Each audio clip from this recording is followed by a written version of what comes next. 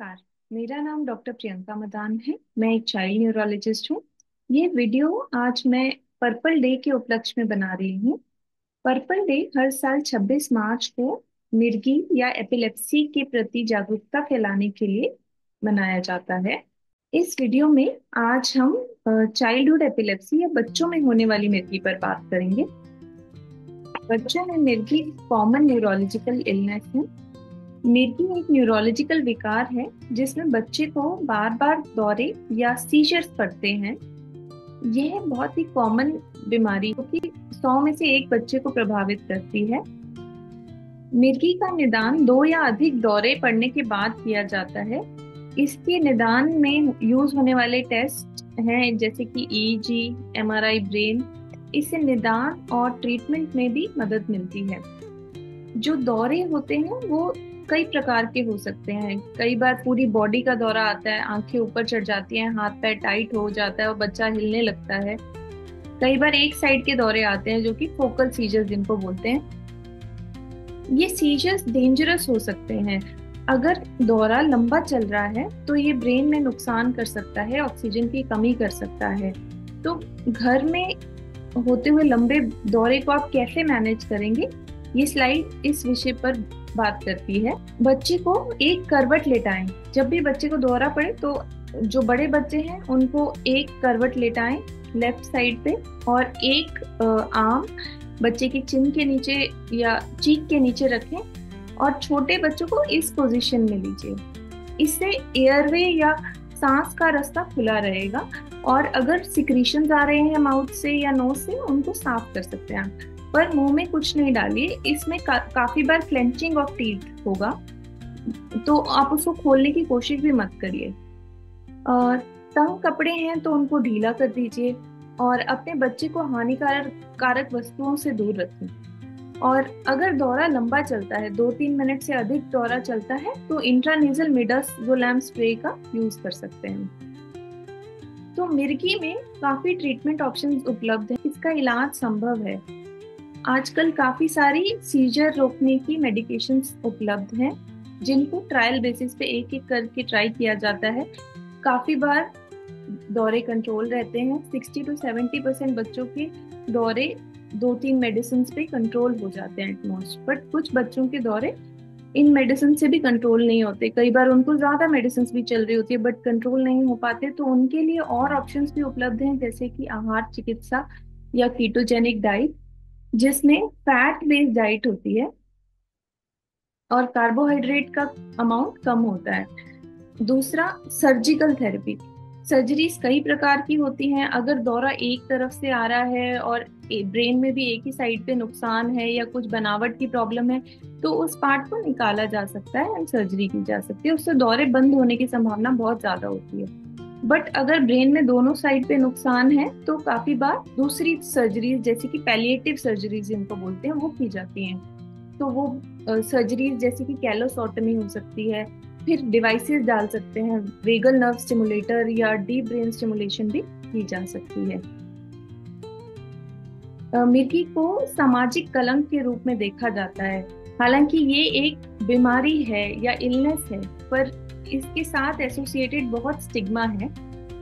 Stigma के कई कारण हैं क्योंकि लोगों में जागरूकता नहीं है इसके बारे में, और लोगों की कुछ मान्यताएं हैं, कल्चरल बिलीफ्स हैं, रिलीजियस मिथ्स हैं जो कि एपिलेप्सी को प्रिज्यूम करती हैं कि सुपर नेचुरल कॉजेज से होता है, कि आत्माओं के कब्जे से होता है या भूत प्रेत के कब्जे से होता है। पर ऐसा कुछ नहीं है। इन मिथ्स से, मिसकंसेप्शन से आप बचें।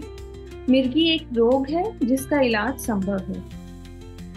और इन प्रॉब्लम से, इन सोशल स्टिग्मा से बच्चों की जो जिनको मिर्गी होती है उनके ऊपर काफी बुरा असर पड़ता है। सोशल एक्सक्लूजन होता है, सामाजिक बहिष्कार होता है। कई कम्युनिटीज इनको उतना सपोर्ट नहीं कर पाती हैं। देन शिक्षा में भी बाधाएं आती हैं। स्कूल में भी बच्चे चिढ़ा सकते हैं, बुली कर सकते हैं।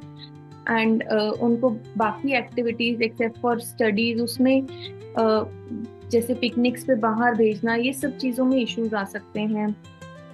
फिर मेंटल हेल्थ पे भी असर पड़ता है। लो सेल्फ एस्टीम, एंजाइटी जैसी प्रॉब्लम्स देखी जाती हैं। रोजगार में भी जब ये बड़े होते हैं बच्चे तो इनमें एम्प्लॉयमेंट मिलने में भी प्रॉब्लम्स आती हैं। अब हम सोशल और इकोनॉमिक एस्पेक्ट्स पर बात करेंगे।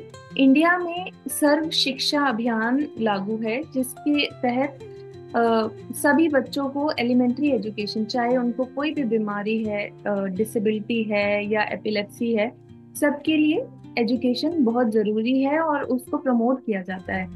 इन इस अभियान का मेन पर्पस ही यही है कि इंक्लूसिव एजुकेशन हो, तो ये बच्चे नॉर्मल बच्चों के संग पढ़ाई करें।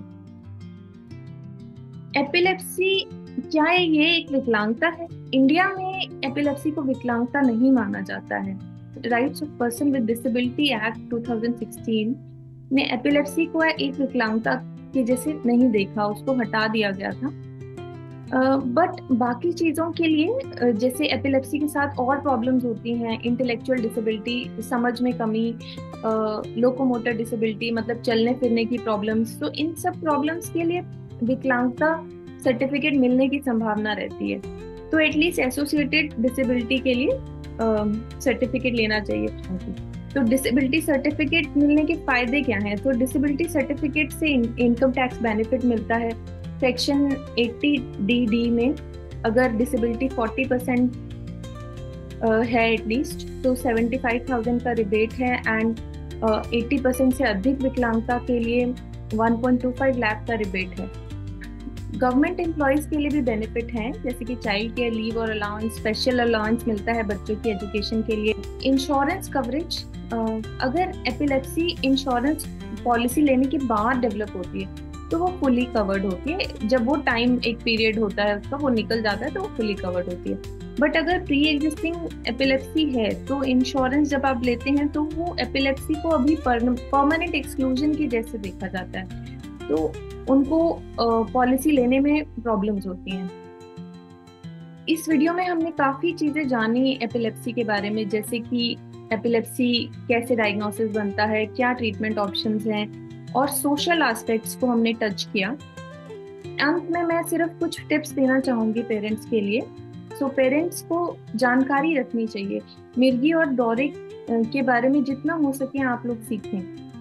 अपने बच्चे के लिए वकालत करें और सकारात्मक रहें, हमेशा पॉजिटिव रहें। और अगर आप कंफ्यूजन में हैं, कुछ भी डाउट्स हैं, तो अपने डॉक्टर से संपर्क करें। धन्यवाद।